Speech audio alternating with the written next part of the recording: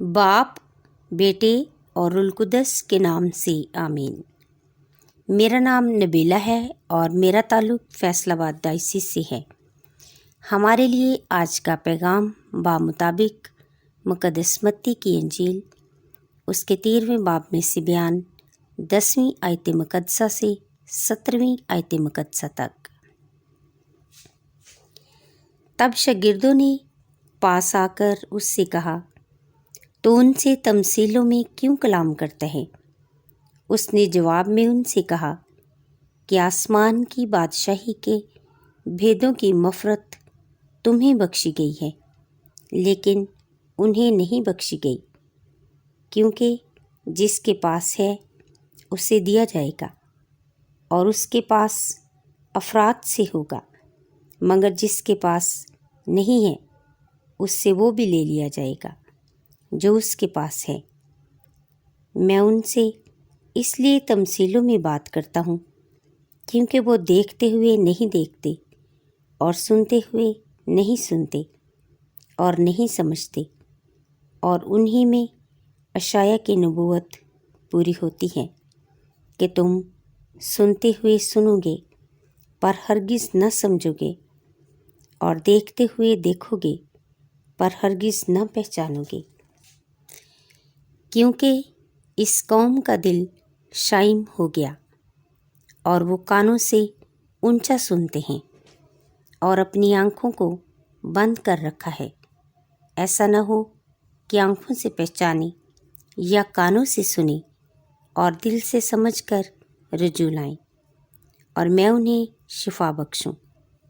लेकिन मुबारक हैं तुम्हारी आँखें, इसलिए कि वो देखती हैं, और मुबारक हैं तुम्हारे कान, इसलिए कि वो सुनते हैं, क्योंकि मैं तुमसे सच कहता हूँ कि बहुत से नबी और रास्तबाज आरज़ूमंद थे कि जो तुम देखते हो देखें पर ना देखा, और जो तुम सुनते हो सुने पर ना सुना।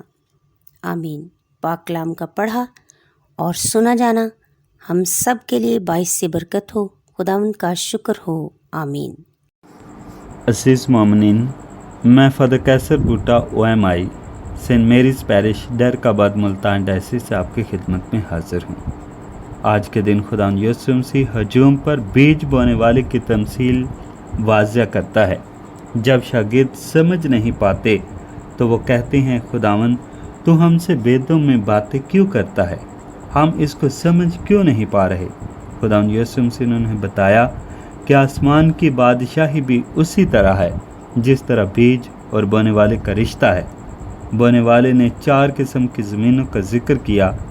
कुछ बीज राह के किनारे गिरा, कुछ पथरीली ज़मीन पर गिरा, कुछ खारदार झाड़ियों में गिरा और कुछ अच्छी ज़मीन में गिरा।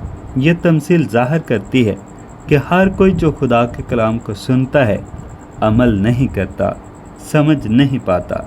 तमसील कहानी ज़मीन की है और बात आसमान की हो रही है। लोग कहानियों को इसलिए दिलचस्पी से सुनते हैं क्योंकि उनकी रोज़मर्रा ज़िंदगी के तजर्बात उनमें छुपे होते हैं। आज की अंजील में 12वीं आयत बड़ी सख्त सी मालूम होती है कि ये भेद की बातें लोगों से छुपाई गई और शागिर्दों पर ज़ाहिर की गई। तुम खुश नसीब हो जो खुदा का कलाम सुनकर उस पर अमल करते हो। जिसके पास है उसे दिया जाएगा और उसके पास ज़्यादा हो जाएगा, और जिसके पास नहीं उससे वो भी ले लिया जाएगा जो उसके पास है। शागिर्द खुदावंद पर ईमान रखते थे, इसलिए उनको मज़ीद ईमान की इस्तेदाद दी गई। शागिर्दों ने नूर को कबूल किया, इसलिए उन्हें और ज़्यादा नूर से मुनव्वर किया गया।